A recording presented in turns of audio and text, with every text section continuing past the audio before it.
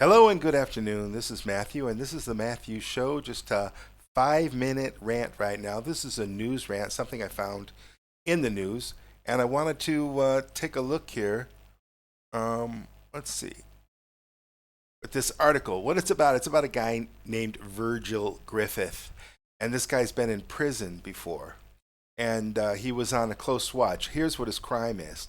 His crime is he was charged for violating U.S. sanctions law in North Korea by assisting the communist country in circumventing sanctions through the use of crypto. So this is a little bit like whistleblowers, in my opinion. Every single American has to follow what the government says, and if you don't follow what the government says, by punishing North Korea for whatever reason you feel like North Korea is evil, and that punishing them is going to make them suddenly is going to make them good. Where did that work? How does that work? Somebody's evil, you throw them in prison.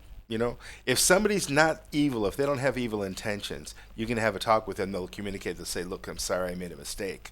If someone has evil intentions in their heart, they don't listen. What about the case where someone doesn't feel that they have some evil intentions, but you don't agree with what they're doing and they don't agree with what you're saying? Good and evil is not cut and dried. It's not a simple black and white thing. And here's a big problem. This guy, he was teaching blockchain technology. I think anybody can benefit from blockchain technology.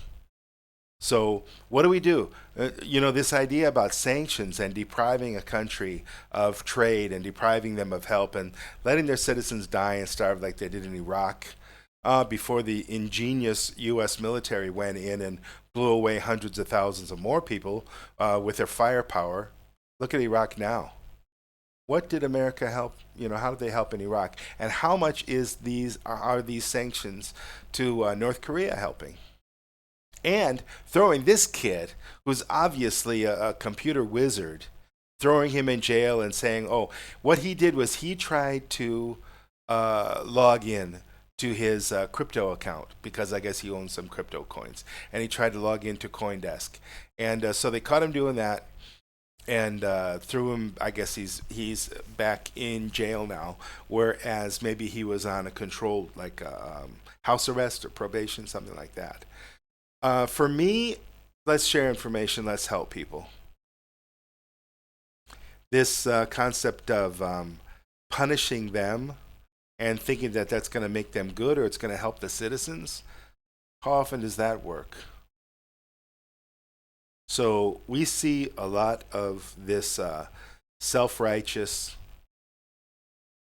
punishment of other people, thinking that, oh, if I hurt them, they're going to learn. I'm going to teach them. I had a buddy. His name, coincidentally, his first name was Christian, and he had this concept of teaching people a lesson.